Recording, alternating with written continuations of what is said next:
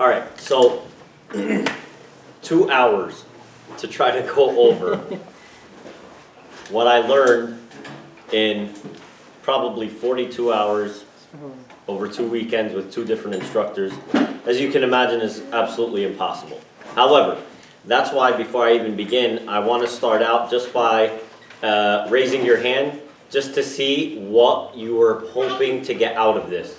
So if you were hoping to figure out whether I should be homeschooling, private schooling, figuring out what kind of parental controls I should be doing with my children, I need to figure out the relationship that we have with my in-laws, my brother-in-laws, my sister-in-laws, going to these mixed haram gatherings, although my brother is the one who's having the wedding like that. What is it exactly you're trying to understand and get out of today? Because I'd rather focus on that because the topic is so broad. I started going over this with my family. We did it for about 2.5 months, and I got to fathers. Wow. So I could tell you, depending on how in depth you want to go into the field, into the subject, we can go into that. Just so, sisters, show of hand, what is it that you're hoping to understand from this particular talk? Are you just saying, Bismillah, there's a halaq of dhikr, there's a circle of knowledge, let me go, angels are making dua for us, inshallah we get that ajr also, and maybe we take something home. Yeah?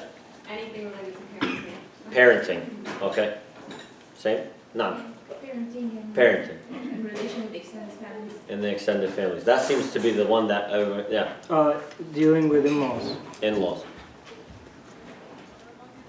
Same? Well, Yeah. definitely like parenting, but in more of like how Rasul dealt with Okay. his children and Okay. Parenting and in-laws. Parenting and in-laws. I think we've really beaten the horse dead quite a bit on mothers and fathers. So I'll briefly mention it for the sake of time. One thing that we could understand is I don't have to go into introducing the concept of adab. I don't have to go into introducing the concept of akhlaq, because if we were in an academic fashion, in an academic circle, I could go into all of those details. The other thing I want to just throw a little disclaimer, if you're here in preparation to get an A for tomorrow's exam, I'm sorry. I'm really sorry about that. So I decided to not do the review based on Sheikh Yasser Birjas's class. I decided to do the review rather based on Sheikh Abu Isa's class. I took it with both of them. So this is just my personal preference in this particular subject, in this particular class we took. So this will still benefit you, mind you, because at the end of the day, your mother's your mother and your father is your father.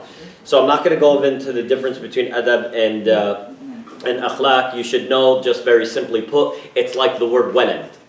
Like the word walad. If I say ya walad, I could be referring to a boy or a girl. If I use the word walad with both walad and a binit, then I am using the word walad as a more specified definition, and I mean boy here. But walad can mean child, it can mean boy or girl.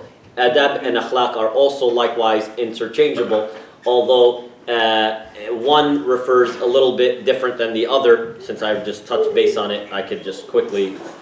it's delivered from the word to invite, usually for good, a cause such as a banquet, things like this. Allah Azza wa Jal mentions it in Surah Al-Bakr, verse 195, if you want to know. So in the deepest sense, adab is a beautiful meaning. It's beautiful thinking, everything about it. And it's actually more than just being respectful, and suggested, even other languages suggest that it, like for example in Urdu and in Pashto, and it is usually more clear to mean a complete code of conduct and a moral behavior which determines our every action in the world. So the hadith of the Prophet ﷺ said, إِنَّمَا بُعِثْتُ لِأَتِمَّ صَالِحِ الْأَخْلَاقِ, that I have not been sent except to perfect good character. And so adab is more of a general type, and khuluq is more of a specific type. It refers more to dealings with people and things of that nature. So if it's like saying hikmah and ilm. You need ilm for hikmah. So you have to have good akhlaq to be able to have adab. right? But you could also have some, one can be used the other way as well. So if you had hikmah, you understand how to apply that ilm in a specific time and place. And fiqh, by the way, is just simple knowledge. All right? I'm just trying to make sure for this, I always have my timer, so that I can do everything right. So al-adab al-mufrad, just so you're all aware, this is, so there's a little disclaimer. Yes, it is written by Imam al-Bukhari. However, when we reference al-adab al-mufrad, we have to be very careful of when we're referencing it. So you can't say it was narrated by Bukhari. When we say that to the masses, we assume it's in al-Bukhari, al-Sahih, al-Jami' al-Bukhari, the compiled books, which have all been proven to be authentic. However, if you want to reference a narration in al-adab al-mufrad, you actually need to mention the ruling behind the narration. So if it is weak, Imam al-Bukhari included weak narrations in al-adab al-mufrad, and the reason behind it is he's teaching people that you are allowed to use weak hadith if it's not going to be based on a fiqh ruling. So as long as it's not going to be based on a fiqh ruling, and it's not going to cause any weird type of tasawwuf, telling people like I've reached a position in life and now I don't have to fast but you have to fast. Where'd that come from? Well, there's this level you got to get to. It's this, no. You do away with this kind of business, right? So be very clear about when you're referencing it. There is a website, sunnah.com. If you go to it, they have a lot of al-adab al-mufrad on there, and the only one to my knowledge that went through al-adab al-mufrad and actually sahah and da'af the book was Imam al-Albani rahmahullah. So we're kind of muqalladeen to what his ruling was on the narration. Not to mention he was a huge authority in the field of hadith.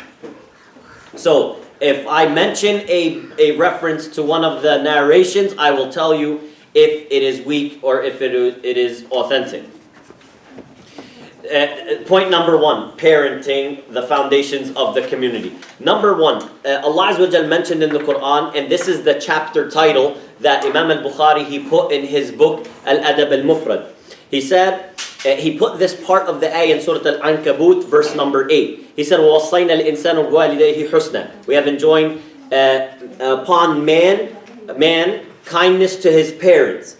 So importantly enough, that the hadith following it, and again, I'm summarizing quickly mothers and fathers so that we can actually get to in-laws and parenting. Because I think if we understand those relationships and silatul rahim, the theological points of it as well, will also benefit as a community as a whole. So I'm going to just go quickly. Maybe there's some things that you can benefit from bi'idhnillah.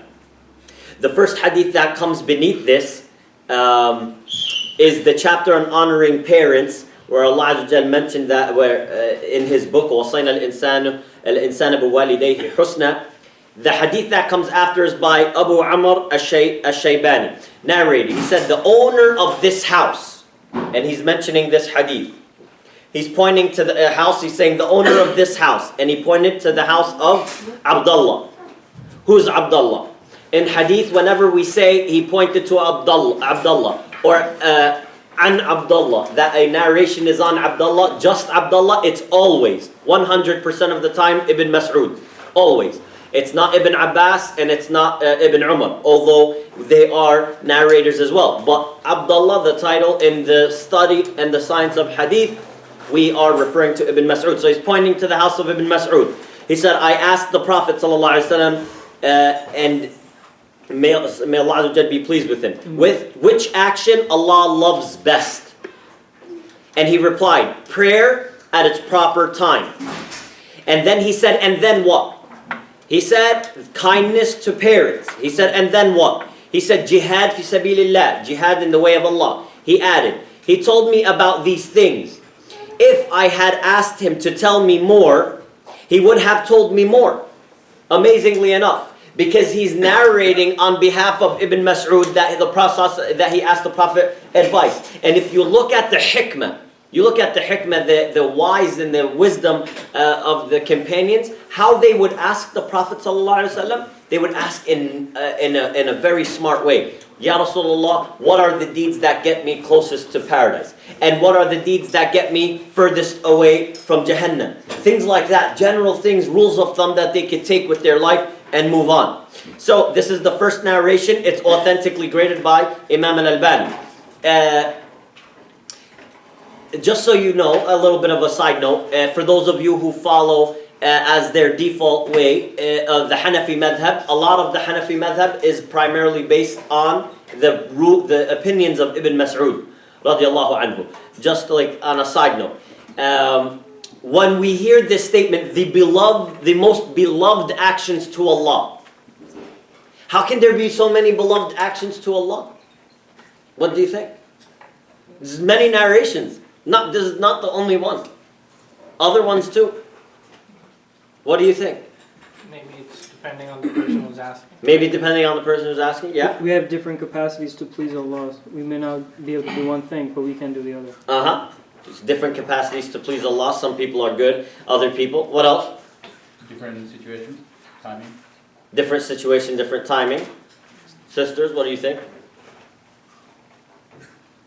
The answer is that it's the best answer for the person who's asking the question for that particular time. Like for example, a lot of companions came to the Prophet and say, give me advice, Ya Rasulullah. And some of them he'll say, make sure you pay your zakat. Make sure you don't differentiate between your children. Other people he will say, لا تغضب, don't be angry. Follow your mother, then your father. Things like that. So for that particular person, and this is a hikmah, and this is, by the way, just a little bit of a side note, the reason why Imam Ahmad rahimahullah, he used to answer questions differently. He used to answer questions based on the sunnah of the Rasul sallallahu alaihi wasallam. So if somebody came up to him and asked him in a particular manner, he'll look at their situation. That's why there's so many varying opinions by Imam Ahmad himself. And so this is also a hikmah of a person that they answer based on the one who's asking the question. Birr al-walidain. Birr al-walidain has two factors to it. Don't forget. The ulama have mentioned that it has two factors. Number one, it's obedience. And number two, it's kindness. So if you want to be of the people who give birr to your parents, then it comes from two factors. Obedience. And the obedience comes more on the father's realm.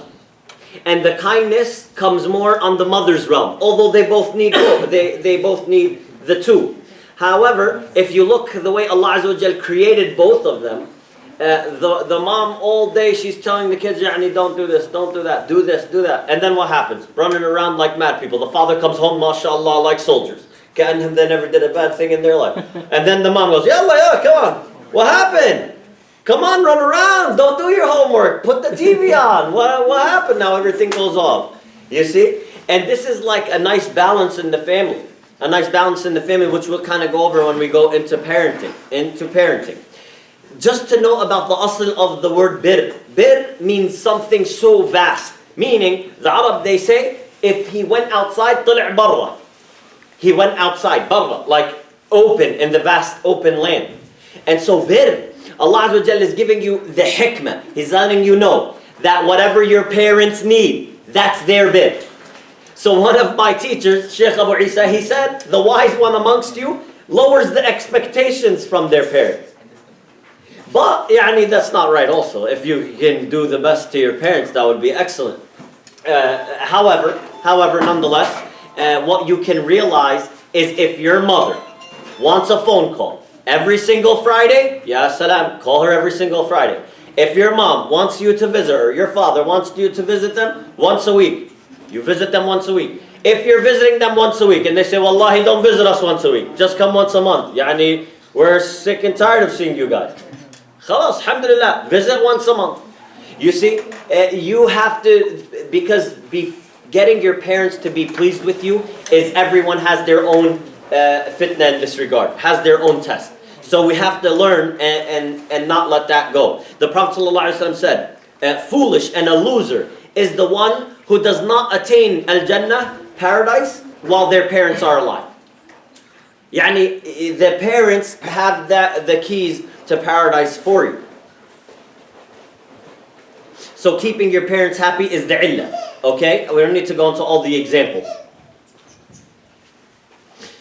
Also, not obeying your parents, obviously, is one of the deadly sins. One of the major sins.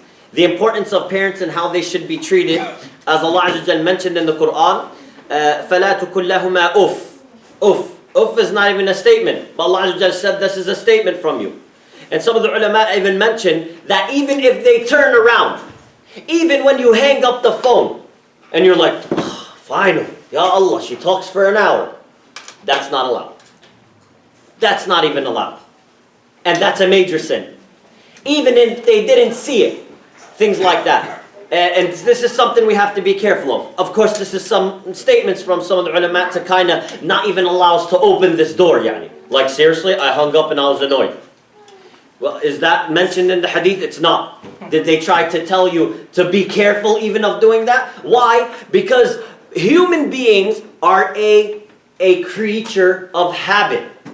This is why you find a authentic narration that Isa, Jesus alayhi salam, he was passing by and one of his disciples cursed at a pig. He said, don't even do that. Don't curse at the pig. Al-khinzir. Don't even curse on the pig. They said, Ya Rasulullah, yani, O Isa, Apostle of Allah, that's a pig. He said, yeah, your tongue will be used to that. You're going to train your tongue like that. So don't even put yourself in the habit in this regard. In this regard. Can your birr ever repay your parents' goodness to you? The answer is no. It's not. It can't be, no matter how hard you try.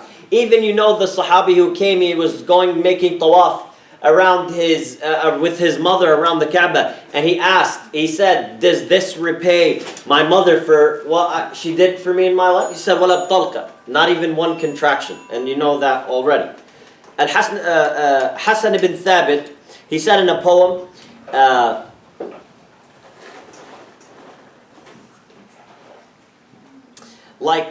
I'm not going to get into all of these tangents, yani. So I just want to stay on target so that we can benefit bi'idhnillah.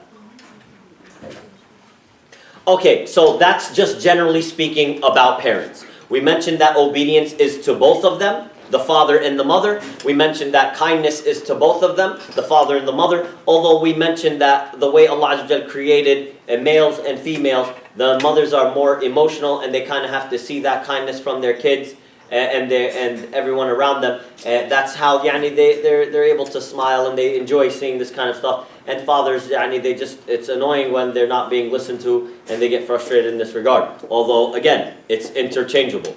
Let's quickly focus on the mothers. Chapter number 2, Bab Birri lil that the chapter on the dutifulness to one's mother. This is the hadith number 3 in Al-Adab al-Mufrad, and its grade is Hasan. It is acceptable, meaning we can even use it for ruling if a ruling were to come from it. This narration is from Bahs ibn Hakim's grandfather. Said, I asked the Prophet of Allah ﷺ, to whom should I be dutiful to? Your mother. He replied, then whom? He said, your mother. He said, then whom? He said, your mother. He said, then whom? He said, your mother. Then I asked, then whom? He said, your father. And then the next of closest relative to them. We're going to go over this again in the in-laws. However, how many mothers did I mention here? 3. Huh? 3. I'll do it again. Your mother. To whom? Your mother. To whom? Your mother. To whom? Your mother. To whom? Your father. All the hadith you know is 3. This one has 4. Must be weak, yeah? What do you think? Why mention 4 here? And the one everyone I know knows is 3. It's 3. But this is also authentic. Maybe this was told especially to the grandfather who was talking to the He was bad to his mom. Yeah. Fix him up straight. You get an extra one. Yeah. No. The answer is because the numbers don't necessarily mean so much. Don't always get caught up like this. Okay? What you have to realize is the Prophet ﷺ is stressing something so much. And what you start noticing is you start seeing some of those scholars, they give tafsir of why 3 before 1 and 75% here, 25% here. Prophet ﷺ didn't tell you your mother, your father like to make it a math equation. Yani. He's giving you a statement. Yani, we left the statement of the Prophet and now we go explain everybody. Do you know why 3 times before the father? La why? I'm going to tell you why. But you didn't even do it. Leave away explaining why, just do it. This is more important than sitting, she has to carry you, she gets big and fat and everybody tells her she's beautiful and then she delivers you and that's tough and then she has to raise you and you're changing disgusting diapers and you're all the... Take it easy, take it easy. Where's the bit? Did we explain what we did? We know that she's doing all of this stuff. What did you do for your mom? If we call your mom now, she's happy with you? It says, no, he's somewhere, Allahu Alam. Something that we're not even enacting upon the narration itself. And then you'll find in Imam al-Bukhari, in the 5th hadith, this was the 3rd, in the 5th hadith he actually he narrates the hadith of the mother 3 times. And that's actually a more authentic narration than the first. But nonetheless, it could be that the Sahabi added the mother a 4th, or it doesn't really matter because we're not basing a ruling off of it. It's not like saying, the guy who drank, whip him. Then what, Ya Rasulullah? Whip him. Then what, Ya Rasulullah? Hey, time out. There's a difference of opinion here. You whipped me 3 times. This is not about that. It's the illah behind it is to know about how to deal with your parents. And some of the Sahaba who were very well known to be excellent to their parents, as you very well know, Abu Hurairah, Anas ibn Malik, As-Sa'id al-Khudri, Abdullah ibn Mas'ud, and things like that, and so many others as well. Aisha, Abdullah bin Abbas, and whatnot. His nickname given to him by the Prophet ﷺ. Oh no, don't worry about that, Yani. Let me just... I was talking about Abu Hurairah. His name was given by the Prophet ﷺ like the companion of cats. He liked cats a lot. But nonetheless, I could go into all of the details about Abu Hurairah and how he asked Allah Azza wa Jalla, how he asked the Prophet ﷺ to ask his mother to make dua that his mother be Muslim, and the Prophet ﷺ made the dua, and he went back home and he was going to enter the house. He heard the water dripping. And she said, is that you, O Abu Hurairah? He said, yeah, that's me. He said, stay outside of the house. I'm not done. So she comes out. She had made her ghusl because she had just accepted Islam. And that was right after the Prophet ﷺ's supplication. Allah accepted it. And so his mother became Muslim. Can you imagine how amazing that is for a person? And we really don't understand this because we have some people who are born with parents who are Muslim. We kind of take that for granted. We don't have parents, and some parents are very accepting of that, others are not, and you don't know that relationship. But when you know that your parents are upon that haqq and that truth, it makes you so comforting. And that's what I noticed why we get so angry around our family. I sit there and I watch family argue sometimes, and they get very nasty with one another. And you sit, why? Because you have somebody in the family who doesn't wear hijab. Why? What's your problem? Ayah in the Quran. Here, Nisa, Al-Ahzab, 1. The Prophet's wives. And the niqab is debated. And there's, okay. So, but the reason you're doing it is sincerely out of a love for that family member. You know how bad it is that the punishment is from this thing. But what you can learn from that is the hikmah, is the wisdom about how you go about doing that. Sometimes to show your frustration, you don't have to whip out the fiqh dictionary. You don't have to do that. Sometimes a statement by your